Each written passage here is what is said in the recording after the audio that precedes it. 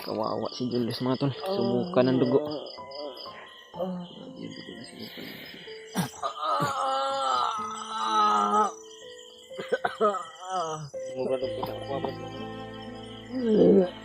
Magro-ronda sila sa gabi mga tol. Sobrang marami sila.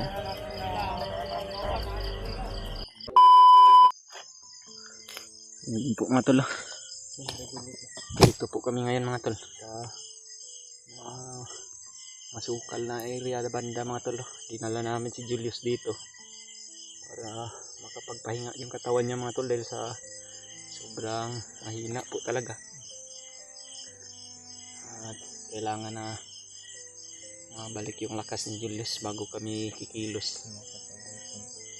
Tinago muna, umago muna kami dito. Talaga tayo dito, Brad. Yan po si Julius mga tol, pinahiga namin ni Brandon. Medyo malay atau pero kita yung benta. Critical pa rin tong area na napasok namin mga tol. Hindi pa kami nakalayo dito sa area na sobrang dami ng kalaban. Dahil nahihirapan din po kami sa pagdala kay Julius mga tol. Dahil sa mabigat din po talaga tong tao na to. At kailangan talaga na pasanin sa balikat. Pinainom namin to ni Brad Dib ng gamot mga tol. Ang dala namin gamot. At nilalagnat po kasi siya mga tol.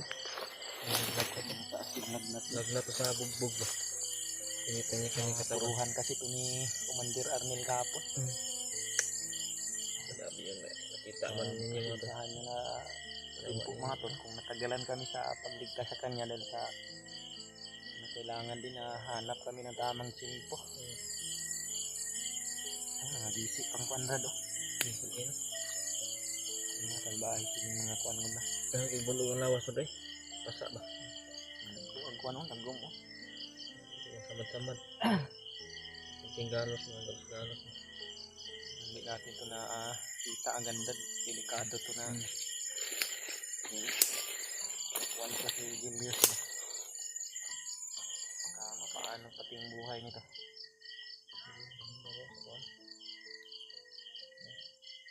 Hindi kinuha yung relo niyo. 5 na relo ba? Parang nasira. Ha? Nasira. Gumagana. Walang malay si Bradius mo to. Mga tol na ligtas po namin si Bradius sa naingit ng kamatayan mga tol. Napasalamat din po kami na nakita rin po namin dito. Dahil kung sakali na tagalan to na marescue mga tol, delikado po talaga yung buhay ni Julius. Maya po natin masisisi si Brad Julius mga tol kung bakit na huli siya, dahil gusto niya rin na maligtas sana yung batang babae. Ngunit isa lang pala yung patibong mga tol. Wala rin naman tong ibang intention si Julius dito sa bundok, kundi yung makatulong mga tol. Gaya rin namin ni Brad Dib. Kapwa na kailangan ng tulong ba? Hindi rin natin masisisi mga tol kung umakyat siya na mag-isa, dahil gusto niya rin na makatulong sa mga kasamahan. Gaya namin, gaya nila Raymart, na Pidot at si Julio. Kaya ito yung nangyari sa kanya mga tol. Buti na lang nakita namin agad to ni Brad Dib mga tol. At hindi rin katagalan na iligtasin namin siya, dahil delikado po kung nakabalik to kay Commander Bagnot mga tol. Baka ma-hypnotize pa to ulit. Hypnotize o anong gawin. Lumala yung problema. Parang may mga busis sa unahan. Ano mga ingay, Brad? Ha? Mga ingay ba? May mga dumadaan lang. Ay, natin ilaw siguro, Brad. Patayin muna namin yung ilaw mga tol. Hindi tayo gagalaw dito. Dito lang tayo. Ika. May mga bandido na nagpapatrolya mga tol.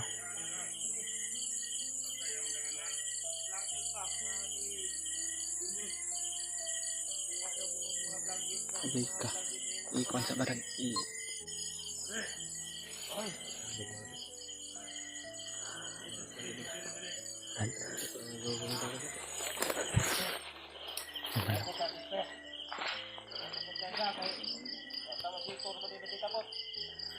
Nagrurunda sila sa gabi mga tol. Sobrang marami sila.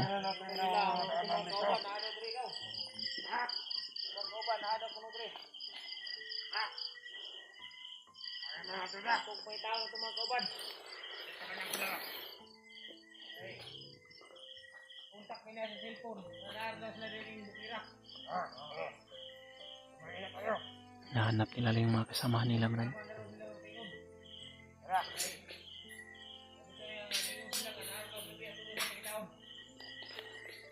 Delikado to pag nakita tayo dito. Hindi pwedeng maiwan natin to si Julius, Brad. Maganda tayo, baka makita nila tayo. Kailangan na makalaban tayo, Brad. Sana dadaan lang to sila mga tulo. Sana po hindi sila magtagal dito sa kinaroroonan namin. Dahil delikado pag nakita nila kami. Dahil mahirapan kami sa pagdala kay Julius mga tol.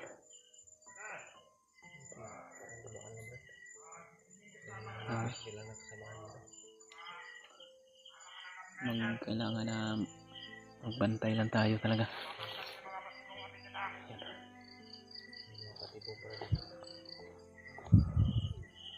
Parang gumagawa sila ng mga bitag.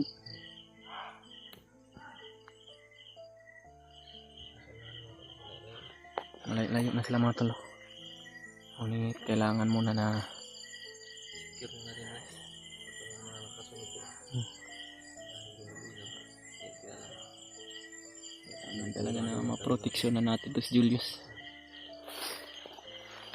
Dahil papasalamat tayo na naligtas natin to. Kailangan na makabalik muna tong lakas ng katawan niya bago tayo kikilos at hanapin natin yung dalawang bata. Dahil kailangan din yun na mailigtas yun. Parang malayo na sila, Brad.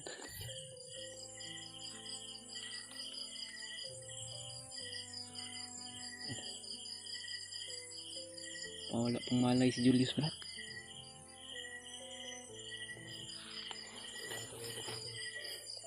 Kargahan mo na lang, Brad.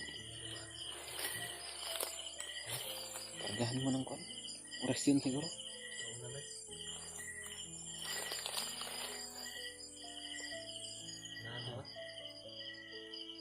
Parang walang malay pa. Kailangan balik yung lakas yun.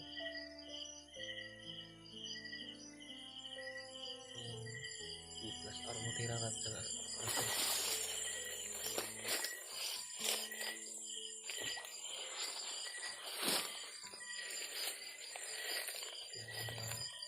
security natin. Bigay niyo ng luambo mga talo. Palakas na oras yun natin. Hindi na talaga yung pulis ko ng kanya.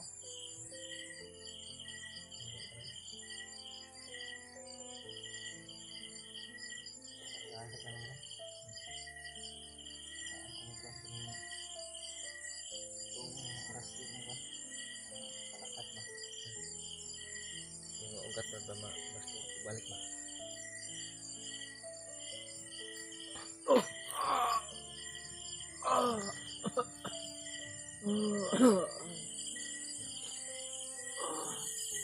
Parang bumabalik yung lakas niya, Brad.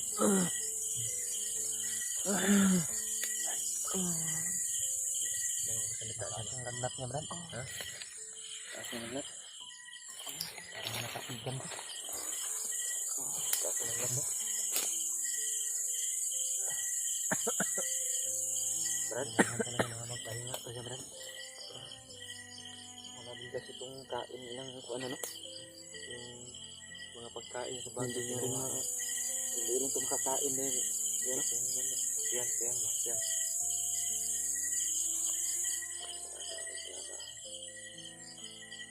Ito talaga yung masakit sa pagdadaanan ng mga to, no? Brad.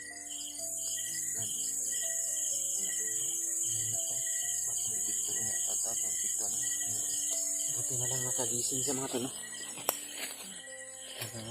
Bigyan ko ng lakas sa orasyon na binibigay sa amin ni Lolo Ambo. Yung pangpalakas ng katawan mga tol kung kami ay nanghihina.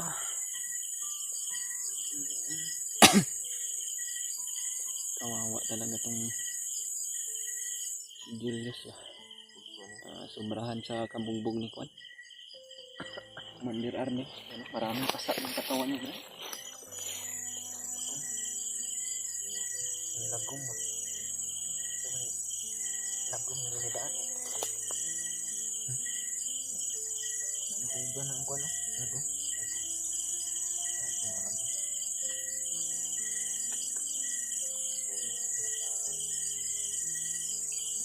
Yun ang talaga na ligtas na amin sa madaling panahon mga tol. Kaya lang ko kagab. Sabar ko lang mata na. Mga inom rin. Kailangan din niya na makatulog para bumalik agad yung lakas niya. Dahil Mga tol. mayroong pasa din sa kuwan. Ano magipasuan ba? Pasok din na ba? Sigarilyo. Murag sigarilyo. Agis sigarilyo ba? Yung kwan dito. Ano, nabubutas na itong sa kabugbog to Brad ba? Sige pa bilang ka dig maayo ni. Wala na ako. Gisi na ako. Pantalon niya nagisi. Gabok po kaning gabok pod. Bukol. Gabok.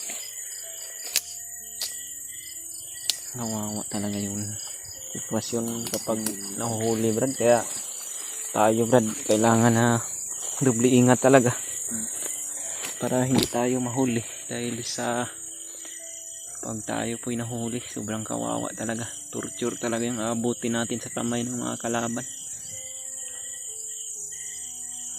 Swerte lang nga to si Brad Julius dahil sa nakita natin agad. Kung natagalan to na hindi pa ito yung aabutin niya siguro.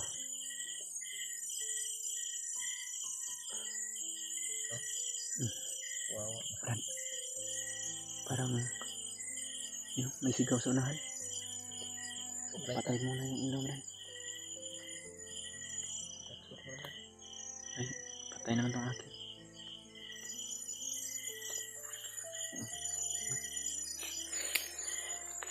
Masid muna ako dito sa paligid na.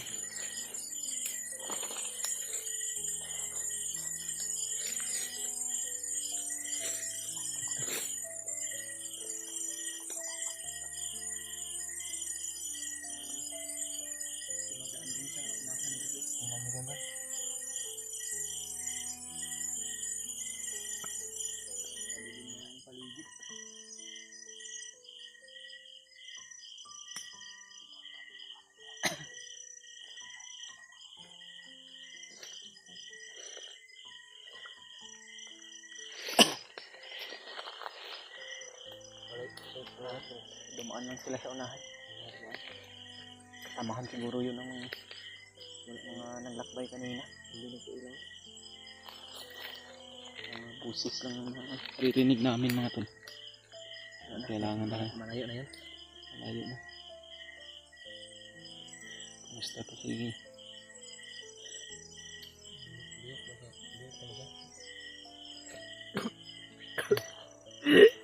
Saan? Over ba? Lumabas na yung kuano, Brad. Bahuan eh. Dugo mo ng gahi mo na Brad, tibugo. Sobrang baho ng Brad, ano mo? Yus. Brad. Diyos. Kawawa si Julius mga tol. Subukan ng dugo. Yung dugo na subukan.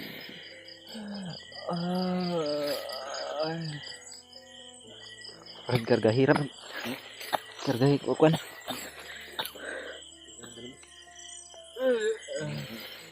Uli-uli ano. Muna itong mga kuan ba. Dugo na napundo sa na-stuck sa katawan niya yung sa mga bugbog. Brad? Pagano ka Brad?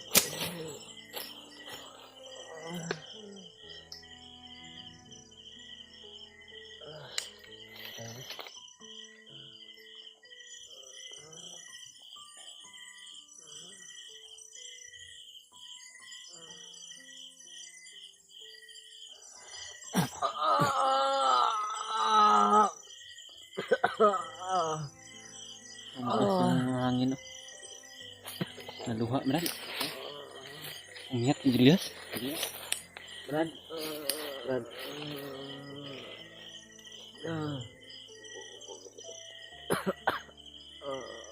Bukan lang ka, Brad. Napay na. Brad. Kulog ni Brad. Bato ano, kulog ni. Balik ang kuha na ni. Ano, Brad? Kulog mga kuha. Takang kami. Likod.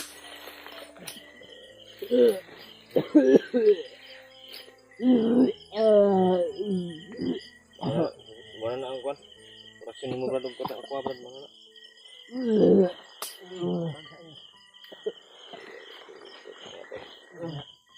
Ubo, ubo. Tuloy, tuloy. Para mas madali niyang masuka yung mga kuan. Tulog na kayo. Stuck na mga kuan ba? Pasa na ba? Pasa sa ilalim ba? Yung marurumi na kuan. Brad, tao na oras mo ka. Lakon na itong tao. Ini pangaway, pa-relax lang sa inyo. Nakaihi man din ni Brad. Ha? Oh, basa ang shirt oh. Dito. Nakaihi si Julius mga tol. One, Brad. Sa kuan ni. Brad. Brad. Dito ati. Diyan niya, Brad.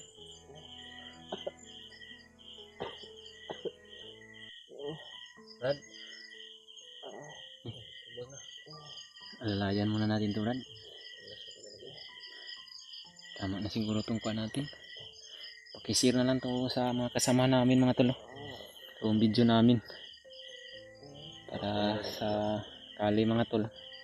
Matulungan din nila kami dito. At mahanap namin yung dalawang bata mga tol. Para maibaba namin to si Julius ng ligtas at makita namin muli yung bata. Hanap tayo ng Brad. Ibang area ba? Para magkapagpahinga ng tuluyan sa Julius. Lipat tayo. Hanggang dito lang muna mga tol. Ikaw na po pas, Brad. Oh, ako na naman yung magbubuhat.